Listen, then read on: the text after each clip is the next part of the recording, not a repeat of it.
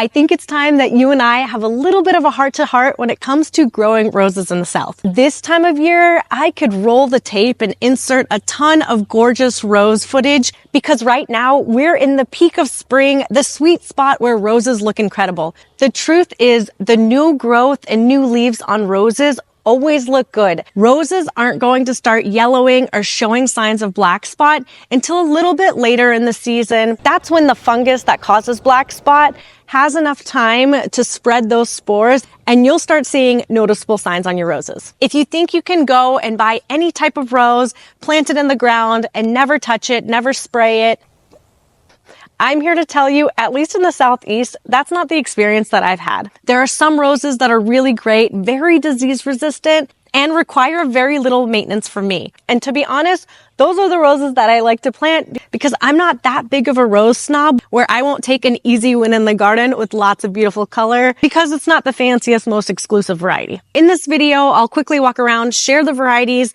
that have performed really well for me with minimal spraying and fussing, share rose spraying recommendations that I recently received from a rosarian. If you do see leaf spot, how to treat it and how to get on a preventative spray schedule so that your roses don't get infected with leaf spot. And at the end, I'll share a quick pruning tip so that you don't have to look at your sad roses during the peak of summer, but they bounce back beautifully in the fall for a second set of amazing blooms as the temperatures cool down a bit. Might as well start right here because these are beautiful. This is my favorite color rose. The orangey, peachy tones are just really great. This is Atlas Rose from Proven Winners Color Choice. I'm going to be honest that I planted her because everyone was talking about her and I felt this immense sense of FOMO. I wanted to add her in the garden to see if I was really missing out, and truly she's been a very low maintenance rose.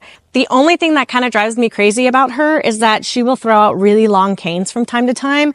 I think it's my fault because this isn't a full sun bed. Most of my roses are actually up front in the front garden because that's where I get full sun, and roses really appreciate all the sun that you can give them.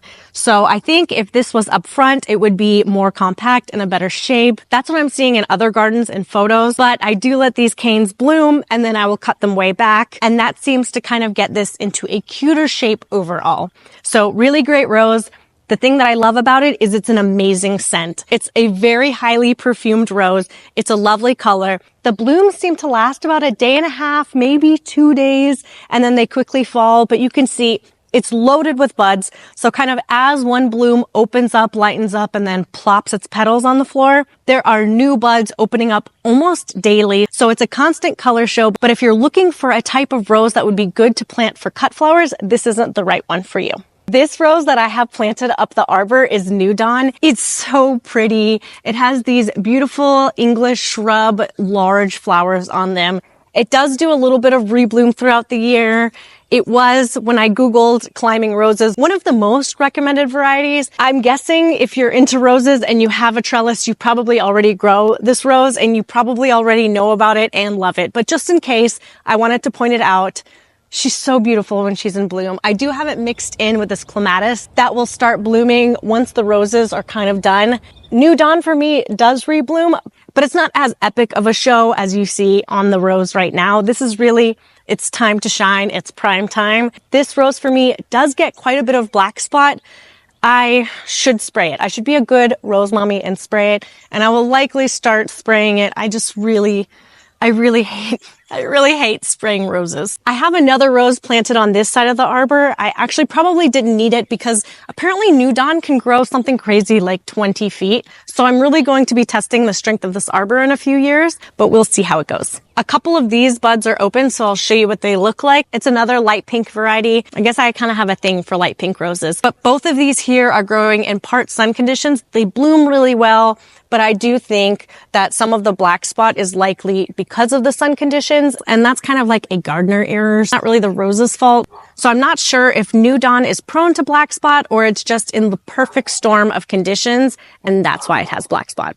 If you want a rose that's truly a hands-off maintenance-free rose, this is an unpopular opinion, but really the knockout rose is just that. It is a constantly blooming, incredibly disease-resistant rose that is really the beginner-friendly, confidence-building, super rose that you don't need to do anything to. I'm going to double check the variety on this knockout rose. It's one of the newer ones. It's in a new color. This one is a peachy pinky color. I think it's super beautiful.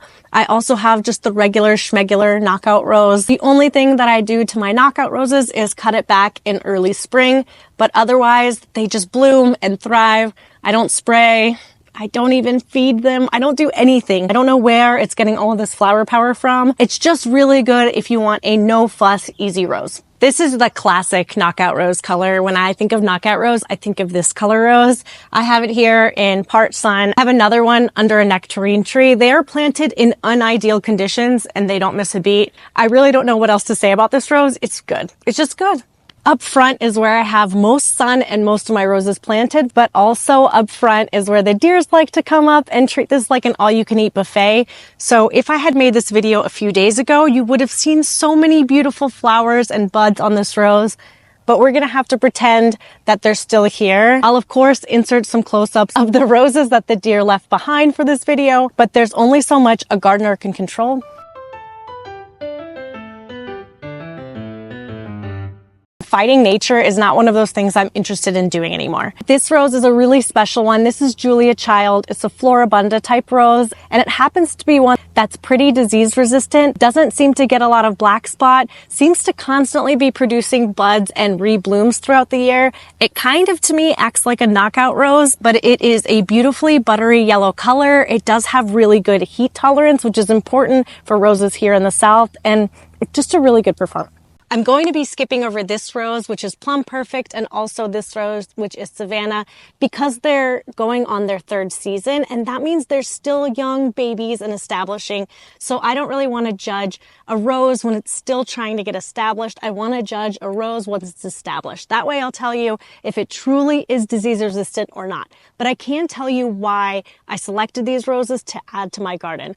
These roses are both in the Sunbelt series, which are supposed to be roses that are more heat tolerant. Here in the South, heat tolerant is very, very important. Our summers are brutal. Also, these roses are bred by Cordes roses. Both Cordes, or maybe it's pronounced Cordes, I'm not really sure, don't kill me, and another company, Mayland, which is a rose breeder in France, or maybe because they're French and they don't pronounce their consonants, it's pronounced like Mélan. I don't really know. Both of these rose breeders, when they're trialing their roses, they trial them without any sort of spray program. So I tend to trust those breeders when they say a rose is disease resistant, that it actually is disease resistant. Now, I read this somewhere. I'm not really sure how to validate this fact, but I have noticed that when I stick to roses from those breeders that are labeled disease resistant, they tend to perform pretty well for me. This seems to be a deer favorite rose, and it makes me really sad because 2 days ago, this rose was incredibly beautiful. This is Olivia Rose Austin. I selected Olivia Rose Austin as a birthday gift 4 or 5 years back on my friend Steve's recommendation. Steve is a grower of all the things. He's in Tennessee. So I was trying to figure out the best types of David Austin roses that I could grow in my garden here in Atlanta. And while everything looks beautiful in the catalog, I really wanted to stick with varieties that might perform well here because our heat, humidity, and disease pressure here in Atlanta is very, very different from the English countryside. And yes, sometimes I pretend that I live in the English countryside and I live in my English cottage manor, but the summertime is when reality really hits and roses start deteriorating. So Olivia Rose Austin is one of my best performing David Austin roses. I have 2 others. They're okay. One is Emily Bronte and the other one is Sophie's Rose. Both of those were selected purely because of the name. Those are the names of my daughters.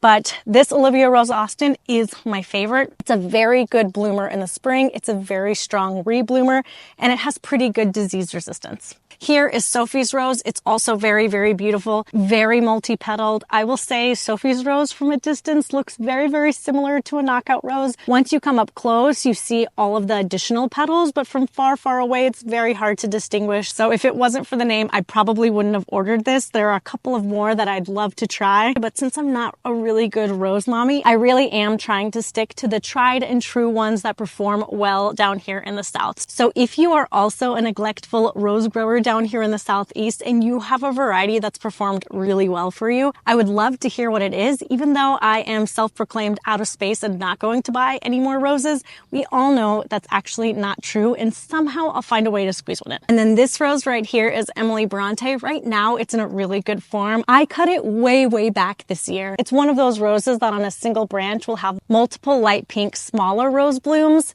It's a very pretty rose. Honestly, it has pretty good disease resistance for the amount of neglect I give it. What I will say is that for some reason for me, it grows like a climber.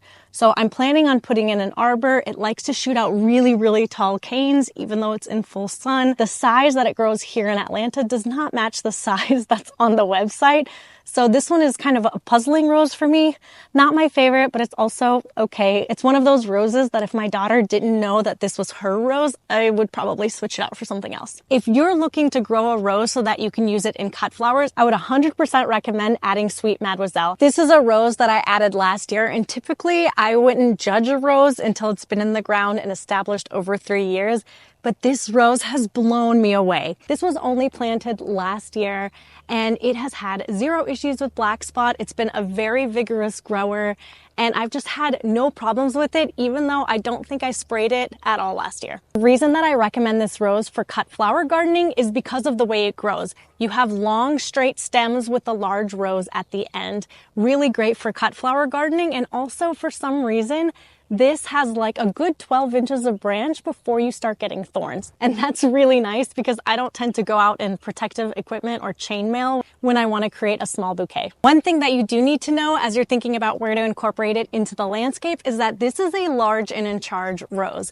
This is a rose that grows very tall and very rapidly. So make sure wherever you put it in the garden, it has enough space to grow because it will thank you then with a ton of roses for your bouquets. I want to quickly share with you 2 more shrub rose recommendations that are really nice compact growers in the landscape. They're not great cut flower roses, but they are really beautiful, rebloom really well, and disease resistant. They both also kind of skew peachy pink color. This is the first one behind me. It's Apricot Drift Rose. It's one of the first roses after knockout roses that made me believe that maybe I could grow roses. I'm not sure if it's because the leaves on this rose have kind of a shiny thing and that protects them from leaf spot or what, but this rose, very compact grower. I'd say it grows maybe 2 to 3 feet tall and wide, is sited here in a part sun spot and doesn't seem to care. It blooms beautifully. It has this great color and it keeps reblooming throughout the season. This rose over here for me is very similar. Nice glossy leaves, beautiful color,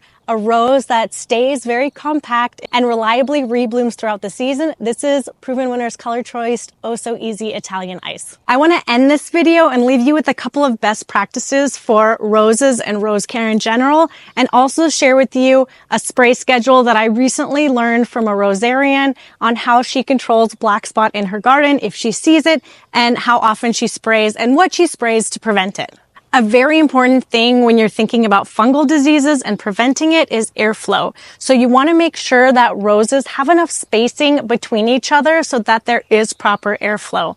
Another thing that you can do to increase airflow to your rose bushes is to prune out the center of the roses. Any branches that are growing and crossing through the center of the shrub, you can go ahead and take those out, and that will help with airflow too. Depending on your cultural background, you might have gotten yelled at for going to sleep with wet hair, and roses are the same way. So one of the things you definitely don't want to do is overhead water roses, because if roses go to sleep with wet leaves, that can make them more prone to fungal infection. And lastly, this is the spray schedule that a rosarian shared with me recently that I wanted to pass on to you.